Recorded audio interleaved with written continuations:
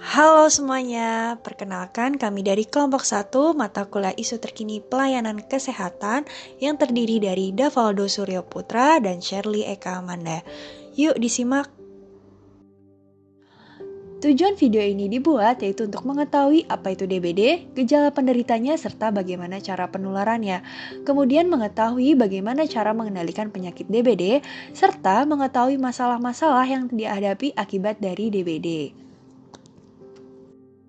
Berdasarkan data WHO, kejadian DBD meningkat 8 kali lipat selama 2 dekade terakhir yang terjadi di dunia. Di Indonesia, kasus DBD pertama kali dilaporkan pada tahun 1968 di Jakarta dan juga Surabaya. Sejak saat itu, kasus DBD berfluktuasi setiap tahunnya dan cenderung semakin meningkat, serta sebaran wilayah yang terjadi semakin luas.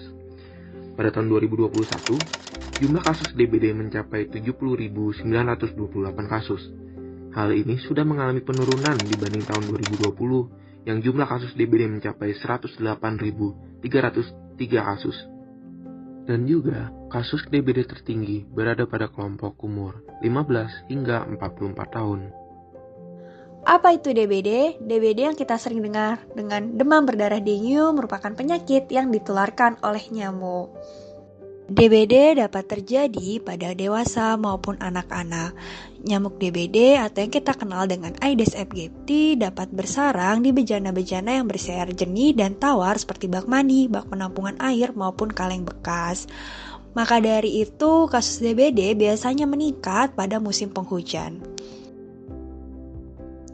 Bagaimana penularannya? Nyamuk-nyamuk yang sudah berkembang biak di genangan pada musim hujan akan langsung menyerang manusia yang membawa virus dengue.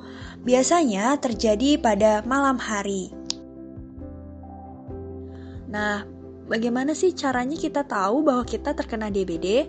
Yang pertama, gejalanya yaitu demam tinggi. Yang kedua, ada tanda titik-titik merah pada kulit. Yang ketiga, terjadi mimisan.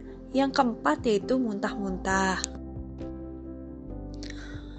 Apabila DBD tidak cepat langsung ditangani, DBD dapat mengakibatkan kematian.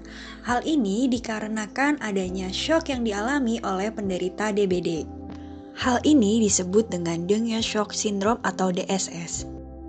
Ada beberapa hal yang perlu diperhatikan oleh penderita DBD agar cepat pulih. Yang pertama, meminum banyak cairan, perbanyak istirahat, mengontrol suhu, menghindari aspirin dan obat non-steroid lainnya, memantau status hidrasi, memantau status hemodinamik sesering mungkin, kemudian memperhatikan fase kritis demam berdarah yang biasanya dimulai dengan demam dan berlangsung 24-48 jam sehingga harus selalu dipantau.